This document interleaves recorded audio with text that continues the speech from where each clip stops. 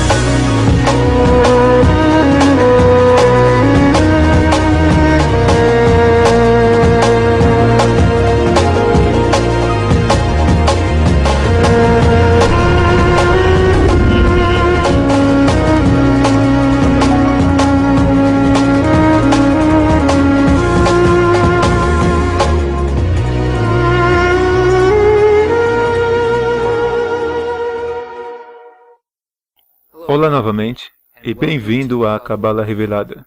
Eu sou Tony Kuznek.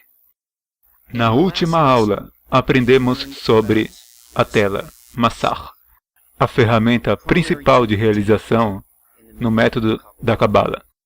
E só para resumir rapidamente, a tela é uma intenção de receber em prol de doar ao Criador. Isto é, nós criamos, a criatura cria em si mesma uma qualidade similar à qualidade que a rodeia.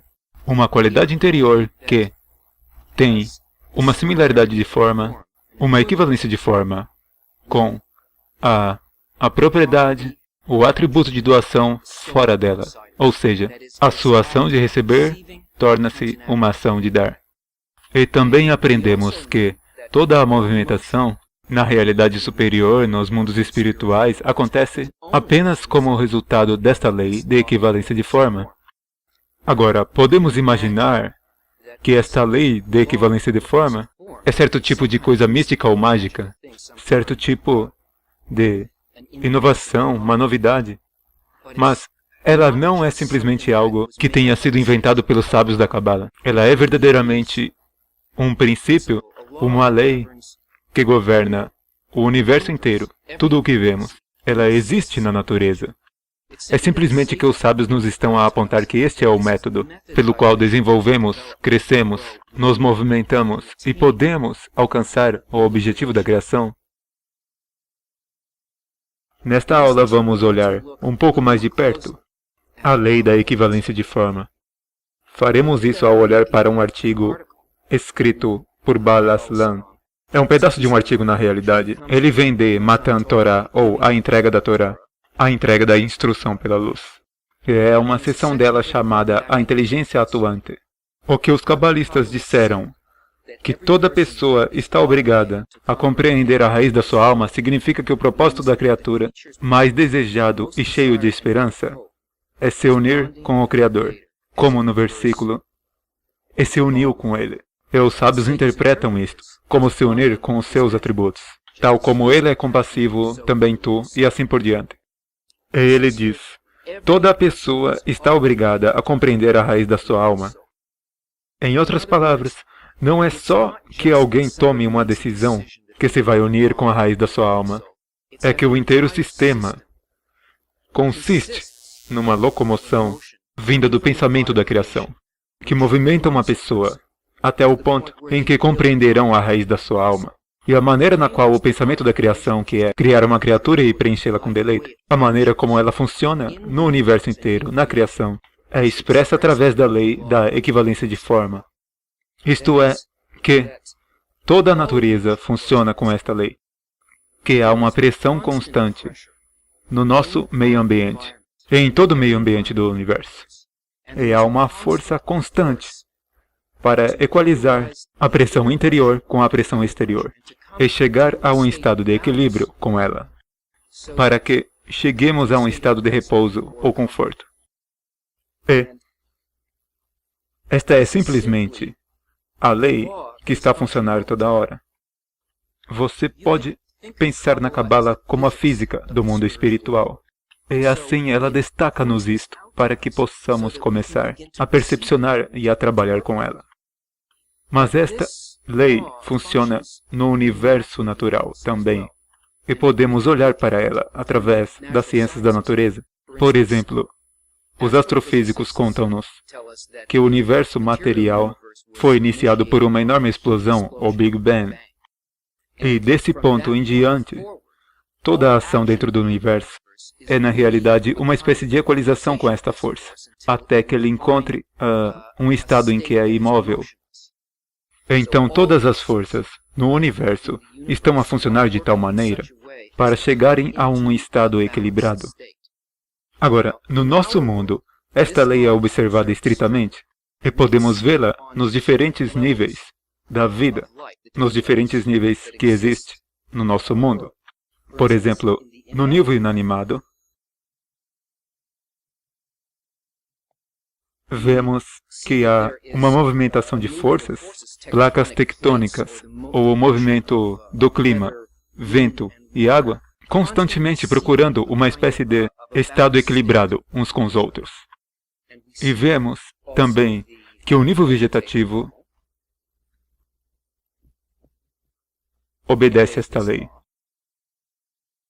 Ao observar coisas que precisam da luz que está fora de si mesmo, através de uma espécie de processo fotoelétrico ou químico, ou o movimento de minerais através de uma espécie de equalização de forças hidráulicas que o movimentarão através do seu caule e pelas suas folhas. No nível animal, os animais, virá a movimentação de animais para áreas onde há comida e todas as coisas apropriadas para a sua sobrevivência. Se forças ou condições exteriores mudam, há uma constante alternância para que cheguem a alinhamento com ele. Mas no nível humano, nós não mantemos esta lei de equivalência de forma, porque não vivemos num meio ambiente como os meios dos níveis inanimado, vegetativo e animal. Eles já estão tratados, estas coisas já estão aperfeiçoadas, elas já funcionam de acordo com esta lei. E no nível humano, enfrentamos leis de que não temos qualquer sensação e não sabemos como observar estas leis. Então, no nível humano, que não é o animal humano, intelectual e físico, mas a parte da criação em si mesma que é suposta estar conectada às forças superiores não está envolvida na manutenção destas expressões físicas de equivalência de forma, mas tende a aprender como manter a lei da equivalência de forma no mundo espiritual, que é o seu meio ambiente. Vamos olhar para o meio ambiente no qual na realidade vivemos.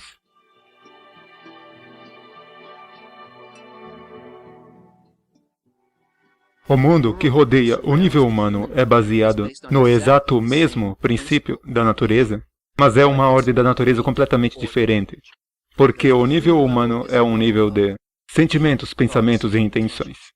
E há leis e forças que trabalham sobre nós, que são dessa natureza. Então aqui está o meio ambiente onde nos encontramos. Há um campo de influência, e este campo de influência é chamado o Criador.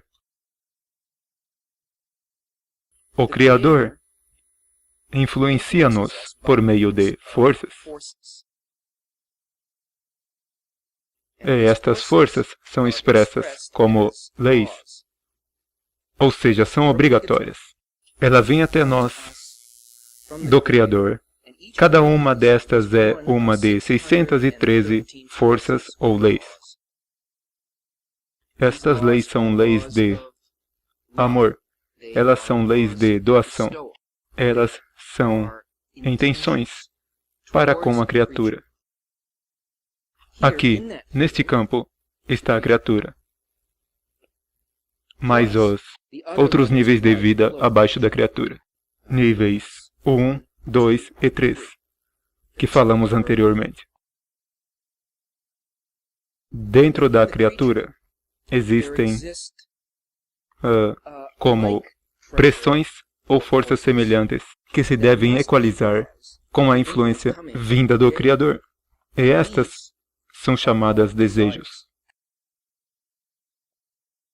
Há 613 desejos dentro da criatura, o nível humano da criatura. E a lei de equivalência de forma significa que o desejo interior ou pressão tem de se equalizar, isto é, chegar à equivalência, formar um equilíbrio com este desejo que está relacionado a esta força do Criador. E ao grau ao qual somos contrário das forças, as próprias 613 leis da natureza para o nível humano, ao grau ao qual não somos como elas. Nós e todos os níveis abaixo de nós sofrem. As coisas correm pelo pior. Ao grau ao que equalizamos, temos sucesso em encontrar equivalência de forma e nos tornarmos a mesma coisa, que a intenção por trás dessa lei. Toda a vida, incluindo a própria criatura, encontra uma homeostase. O homem, o nível humano, encontra uma homeostase dentro deste campo e alcança equivalência de forma com ele. Torna-se como todas as 613 leis. Agora, todas estas leis que afetam ambos, os níveis de vida abaixo de nós e os em relação ao homem, se a criatura conseguir equalizar com isso, com a lei da natureza, ela também está a se equalizar com o próprio Criador. Porque os cabalistas nos contam que o valor em gematria entre a palavra para natureza, Teba em hebraico, e a palavra para Deus, Eloquim, é 86, ou seja, eles são a mesma coisa. Eles aplicam-se a ambos os níveis do humano e a todo e cada nível abaixo do homem. Agora, isto pode parecer mecânico, é uma espécie de explicação mecânica. Mas dado que nós, enquanto humanos, não sentimos verdadeiramente como os nossos estados interiores afetam os níveis da vida abaixo de nós, nem realmente temos de o saber.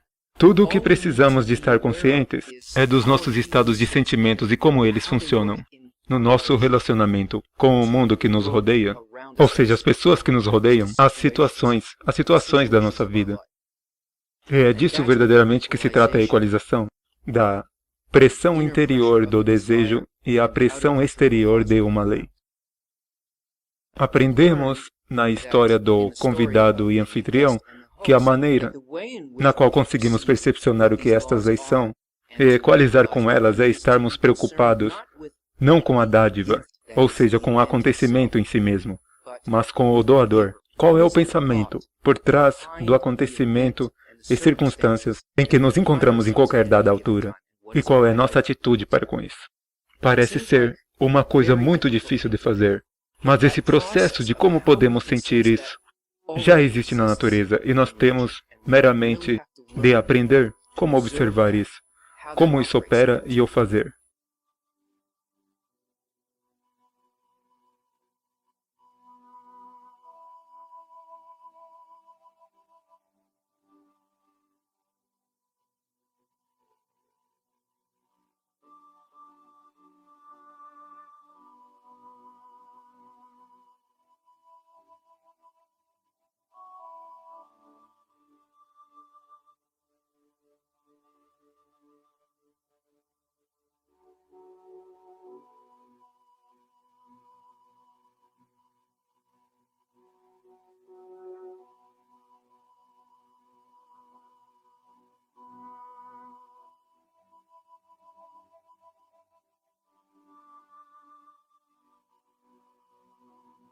Agora vamos regressar ao artigo A Inteligência Atuante, por Bala Sulam. E, à medida que lemos isto, tente conectar-se ao pensamento do autor e ao seu sentimento, mas especialmente tente conectar-se ao pensamento e sentimento por trás de por que ele lhe está a expressar isto a si. A inteligência atuante. Eu explicarei por meio de uma ilustração. observamos que em cada ação executada no mundo, lá adere e permanece nessa ação a própria mente que a executou, para que na mesa sintamos a cuidada arte do carpinteiro, e seu domínio da sua arte, seja grande ou pequeno, pois na altura do seu trabalho ele a avaliou, com seu conhecimento e inteligência, para que o que examine essa ação e pense sobre a mente lá oculta, se aperceba de que está desde sua origem unida com a mente que a fez. Isto é, elas estão, de fato, unificadas. Nós podemos ver, em toda a coisa que aparece neste mundo, que há um pensamento por trás dela. Ela não surge simplesmente do nada. Há no mundo que vemos perante nós, definitivamente artesão por trás dos objetos. E sabemos deste exemplo físico que a intenção, ou seja, a qualidade do trabalho, do cuidado, o que é que foi intencionado para o nosso uso, podem ser sentidos, até nas coisas mais simples. É o que chamamos qualidade. É uma sensação. Não que esta seja simplesmente um objeto caro ou belo, mas se olharmos verdadeiramente para ele, o que está a sentir é a intenção por trás dessa coisa. A qualidade da mente, a qualidade do desejo de dar um objeto ou uma circunstância de beleza a nós. E podemos olhar para um objeto físico e fiquemos cegos com a sua qualidade opaca. Mas o grau que desejamos sentir e saber e nos tornar, como essa coisa por trás dele. Isto é, eu quero saber qual a experiência do meu amigo foi. Eu quero saber o que o artista intencionou com isto. Eu quero sentir a mensagem que está verdadeiramente intencionada nisto. Se eu simplesmente pegar no objeto como ele é, não consigo compreender nada, mas se eu olhar para o objeto, eu posso sentir a mente do artista, do artesão. Agora eu vou saltar aqui. E ele continua para dizer: é desta forma quando alguém pensa sobre a execução do seu amigo e compreende a inteligência que ele exercitou nessa execução. Então, ambos estão igualmente envolvidos em um poder e inteligência. Eles estão agora de fato unificados como um homem que depara com seu amado amigo no mercado e o abraça e beija. E ao separar é impossível a conta do grande laço entre eles. Em outras palavras, se a pessoa que percepciona este pensamento por trás da doação está em contato com o pensamento, ela está em contato precisamente com o mesmo ponto de origem, ao qual o objeto e a intenção por trás dele emergiram. E ele está unido com o seu amigo, por trás do objeto, por trás do acontecimento. Isto é, compreendo o que o artista pretendia com isto. Eu sinto a ideia que me é transmitida, não à distância, mas eu estou unido com esta ideia. Eu sou um com a mente do que a intencionou. E desta forma, geralmente falando, esse aspecto da inteligência, do qual falamos, é o poder e inteligência, que se encontra entre o Criador e suas criaturas. Ele é o intermediário entre o Criador e a criatura, ou seja, ele emanou uma centelha de inteligência pela qual tudo regressa a ele. Todas essas coisas que nos são apresentadas como ocorrências físicas, como sentimentos interiores, como sensações, como desejos, como preenchimentos, todas estas coisas que parecem estar fora de nós, são na realidade a mente do Criador, ou seja, o pensamento do Criador, nos transmitindo no nível no qual o podemos aceitar. E se o nosso desejo é compreender por que isso foi dado, a qualidade de amor por trás do que é dado, então unimos-nos com esse intermediário, a luz. Esta é a inteligência emanando da fonte. E recorde o versículo: todos eles vós fizestes com sabedoria. Ou seja, ele criou o inteiro universo com sua sabedoria, isto é, com este pensamento. E desta forma, o que merece compreender? As maneiras nas quais ele criou o universo e sua ordem. Seguramente se une com a inteligência do que as causou. E assim ele se junta com o abençoado Criador. As ações do Criador não são as coisas físicas. Lembre-se que o meio ambiente onde o humano vive não é o meio de carências físicas, que já está perfeitamente em equilíbrio com as leis da natureza. O meio do homem é o pensamento do Criador. E é com isto que uma pessoa pode se conectar. Podemos conectar-nos à causa e à união com ela. É simplesmente entrar no mesmo pensamento e a mesma intenção. Assim que isto começa a acontecer, nós não estamos mais separados no mundo externo, no mundo físico, mas estamos conectados a esse ponto que emana tudo para esse mundo.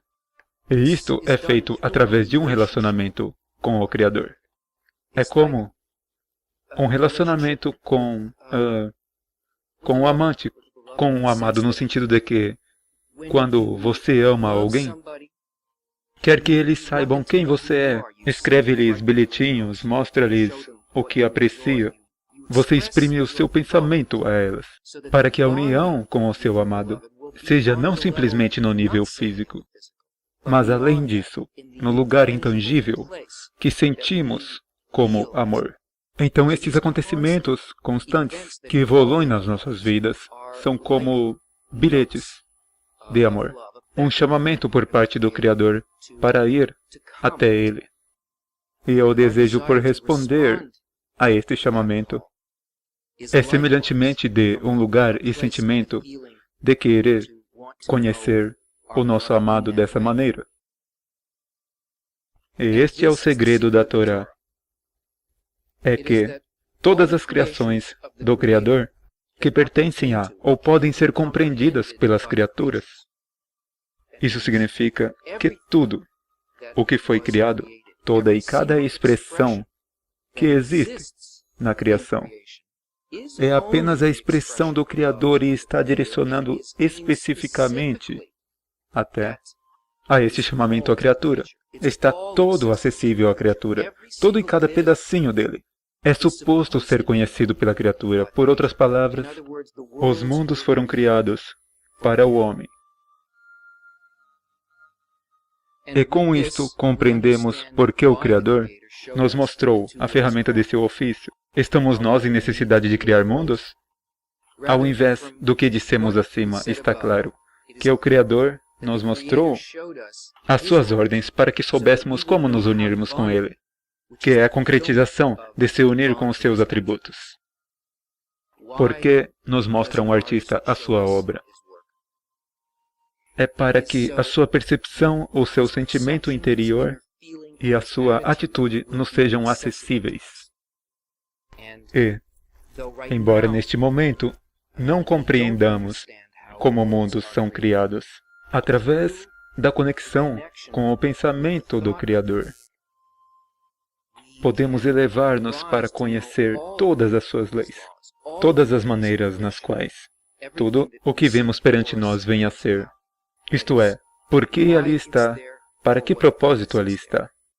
E esta sensação recíproca de pensamento e intenção é a maneira na qual a lei de equivalência de forma é expressa no nível humano.